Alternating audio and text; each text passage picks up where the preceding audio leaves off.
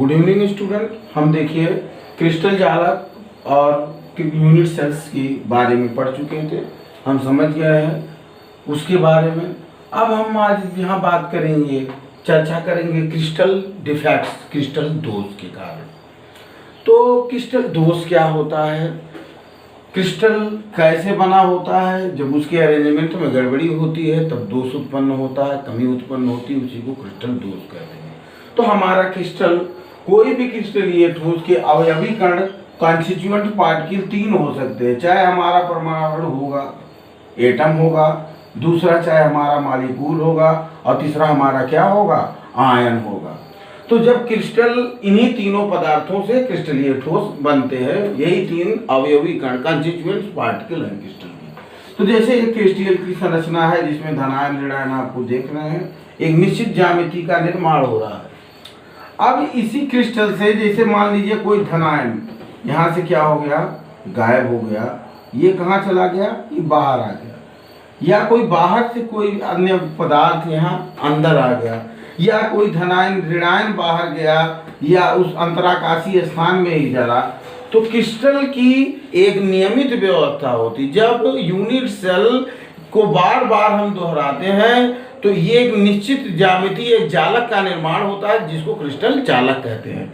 और क्रिस्टल जालक, क्रिस्टलीय ठोस में क्रिस्टल जालक का निर्माण होता है, और क्रिस्टलीय ठोस अवयवी कणों से मिलकर बने होते हैं, परमाणु, अणु या आयन। तो जब क्रिस्टल के अंदर इन्हीं अवयवी कणों, परमाणु, अणु या आयन की व्यवस्था में परिवर्तन हो जाता है, अपने स्थान से बाहर चला जाते हैं, या बाहर से कोई यहाँ अंदर पदार्थ चला आता है, तो क्रिस्टल में दोष उत्पन्न हो जाता है। क्रिस्टल के घनत्व में कमी आ जाती है, क्रिस्टल के कुछ गुणों में भी परिवर्तन हो जाता है। तो जब क्रिस्टल के नियमित जो अवयवी कण हैं, उनकी नियमितता में, उनकी निश्चित व्यवस्था में कमी आ जाए, गड़बड़ी उत्पन्न हो जाए, तो इसी को हम क्या कहते हैं, क्रिस्टल दोष कहते हैं।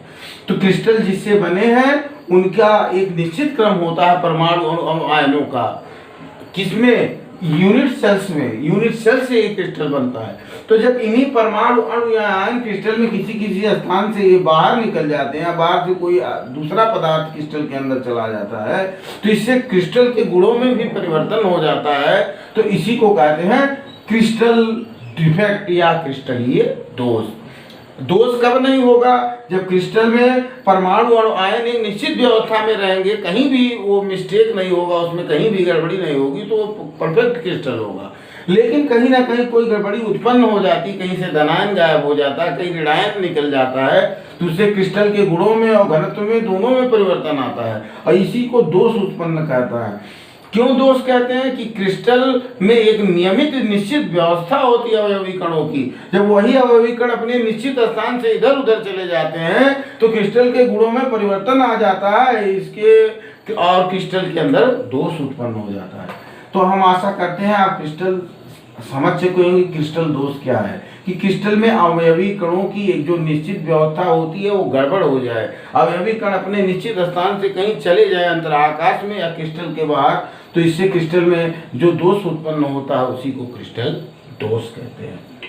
तो हम आशा करते हैं कि ये क्रिस्टल दोष समझ चुके होंगे कि क्रिस्टल दोष अवयवी कणों की व्यवस्था में कमी आने से उत्पन्न होती है, क्योंकि अवयवी कण अगर एक निश्चित व्यवस्था में रहेंगे तो वह संपूर्ण क्रिस्टल रहेगा, उस क्रिस्टल में कोई दोष नहीं रहेगा।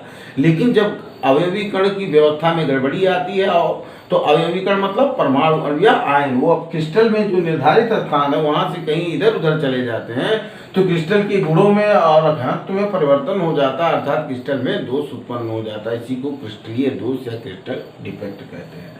तो हम आशा करते हैं आप क्रिस्टलीय दोष पूरी तरह समझ चुके होंगे। अब क्रिस्टल में कैसे दोष उत्पन्न होता है ये आपको पता चल गया, अवयवी कणों की व्यवस्था में गड़बड़ी होने से क्रिस्टलीय दोष उत्पन्न होता है। तो अगर आपको ये वीडियो अच्छा लगा हो तो इसको प्लीज कमेंट करें, लाइक करें और सब्सक्राइब करें। अगले वीडियो में हम क्रिस्टल के प्रकारों की व्याख्या करेंगे, क्रिस्टलीय दोष के प्रकार कितने होते हैं, क्रिस्टल दोष कितने प्रकार का क्रिस्टल दोष होता है, उसकी व्याख्या करेंगे। Thank you.